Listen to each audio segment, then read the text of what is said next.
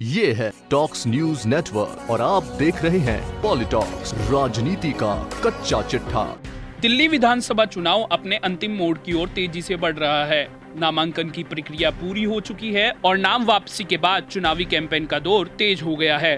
दिल्ली चुनाव में राष्ट्रीय जनता दल पहली बार 4 सीटों पर कांग्रेस के साथ चुनाव लड़ रही है। वहीं बीजेपी के साथ 2 सीटों पर नीतीश कुमार की जनता दल यूनाइटेड और 1 सीट पर लोक जनशक्ति पार्टी चुनाव लड़ रही है।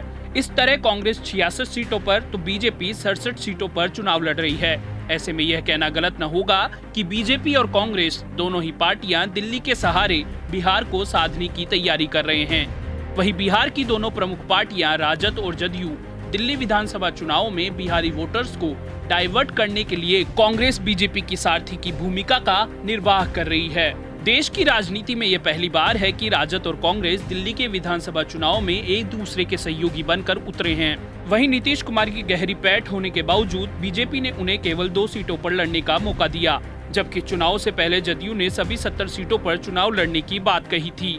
दूसरी ओर कांग्रेस ने राजद को 4 सीटों पर उम्मीदवार उतारने का अवसर दिया। झारखंड विधानसभा चुनाव में भी कांग्रेस ने राजद को कुछ सीटों पर लड़ने का मौका दिया।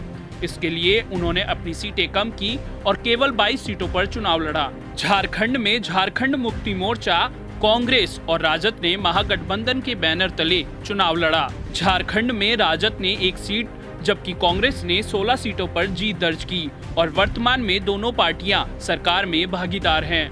दिल्ली चुनाव में बिहारी बेल्ट वाले इलाकों से राजद को चुनावी मैदान में उतार कांग्रेस ने भी बिहारी वोट बैंक में अपनी असरदार छवि दिखाने का प्रयास किया। कांग्रेस की ये दिलदारी बिहार विधानसभा चुनाव में कांग्रेस के अधिक सीटों पर लड़ने की कोशिशों को बल अवश्य देगी। वहीं दिल्ली के 70 सीटों पर चुनाव लड़ने का दम भरने वाली जदयू को बीजेपी ने केवल 2 सीटों पर सीमित रखने के लिए नीतीश कुमार से समझाइश कर एनडीए की पकड़ को पहले से मजबूत किया है। अगर जदयू अधिक सीटों पर चुनाव लड़ती तो निश्चित तौर पर बीजेपी के वोट बैंक में ही सेंध लगती। बिहार में बीजेपी और जदयू नेताओं के बीच खींचतान वाले माहौल को देखते हुए नीतीश को इस बारे में मनाना कठिन लग रहा था, लेकिन अमित शाह ने बिहार के वैशाली में रैली के दौरान चुनाव नीतीश कुमार के नेतृत्व में लड़ने की बात क्या कही। पार्टी के सारे समीकरण एकदम सटीक बैठ गए। यहाँ अमित शाह ने ये बयान देकर न केवल बिहार में बीजेपी जदयू के उग्र नेताओं के मुंह पर ताले जड़ दिए, वहीं जदयू को दिल्ली में 1-8 सीटों पर सीमित रखने में भी कामयाबी हासिल कर ली।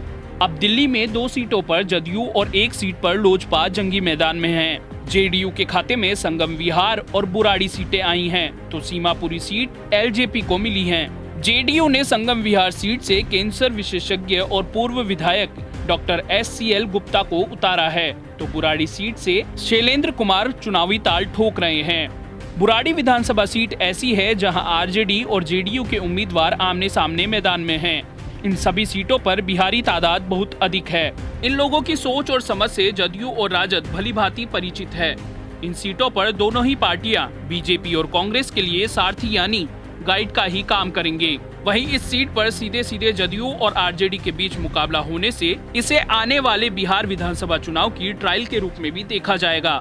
दिल्ली चुनाव में जदयू, राजद और लोजपा की हल्की ही सही लेकिन भागीदारी देखते हुए निश्चित तौर पर माना जा सकता है कि दिल्ली में इन तीनों दलों की भूमिका न केवल अहम रहेगी बल्कि राष्ट्रीय ख्याति प्राप्त पार्टियों के मार्गदर्शन का काम भी ये पार्टियां यहां करेंगी।